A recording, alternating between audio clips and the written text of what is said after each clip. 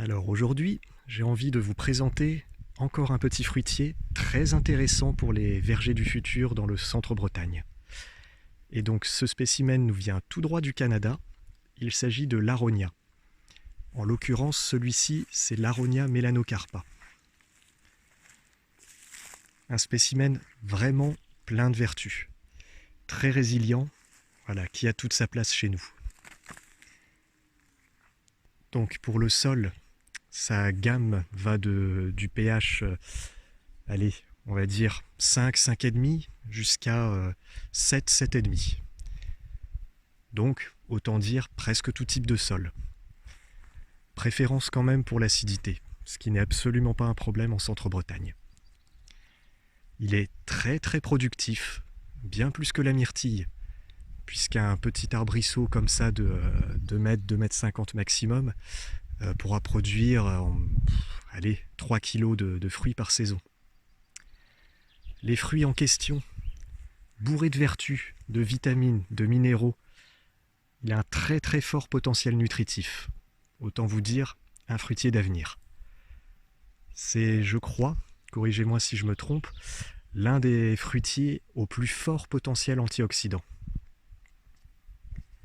Il est très étudié hein, d'ailleurs en médecine officielle. Hein, en ce moment, voilà, les vertus anti-inflammatoires, anti-cancer, anti tout ce qu'on veut, quoi. Hein.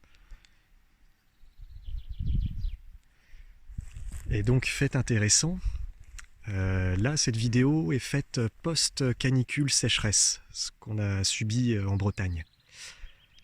Et ben, comme vous le voyez, il se porte plutôt bien. Alors, je précise, ce spécimen a une exposition plus ou moins mi-ombre. Regardez, je fais un petit tour. Il se trouve à l'ombre d'un frêne. Je vais vous montrer un autre spécimen exposé en plein soleil qui a un petit peu plus souffert, mais rien de catastrophique. Donc, voilà, je vous incite à vous renseigner au maximum sur cet aronia, à le propager autant que vous pouvez. Il s'agit vraiment d'un fruitier à avoir.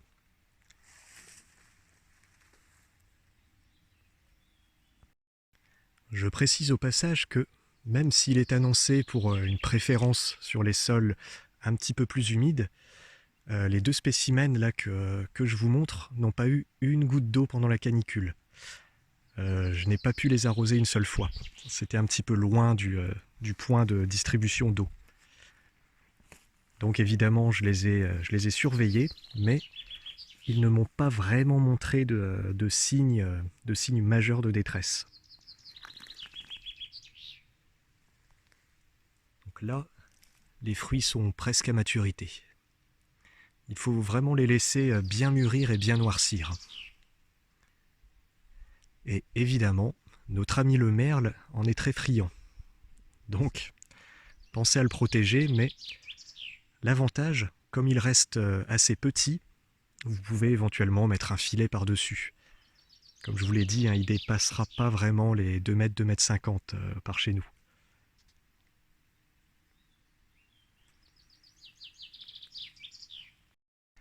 Donc une petite comparaison pour sa résistance aux canicules et à la sécheresse. Il faut savoir que je ne les ai pas arrosés du tout, parce qu'ils se trouvent très loin de mes points d'eau. Et comme vous le voyez, le spécimen précédent, lui, il était exposé sur une mi-ombre. Celui-ci, plein soleil toute la journée. Effectivement, quelques feuilles ont roussi.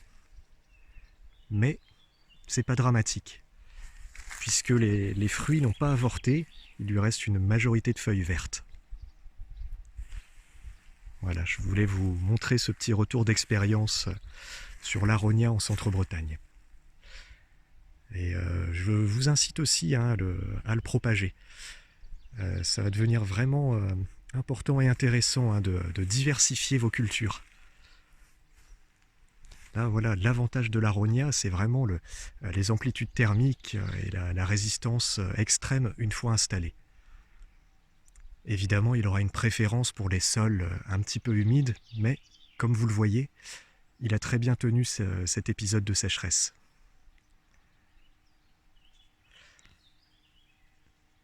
Alors, petite précision toutefois, euh, pour les gens qui sont un petit peu précieux au niveau du palais, on ne va pas déguster le fruit comme ça tel quel. C'est quand même assez astringent.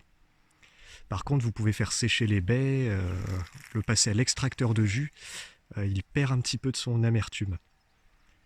Sinon, vous le mélangez, vous en faites des confitures, vous le passez en sirop. Enfin bref, il y a mille et une façons de rectifier des baies un petit peu astringentes. Sinon, la méthode la plus simple, évidemment, c'est de ne pas être difficile. Voilà, vous le mangez, la première bouchée est astringente et ensuite ça passe tout seul.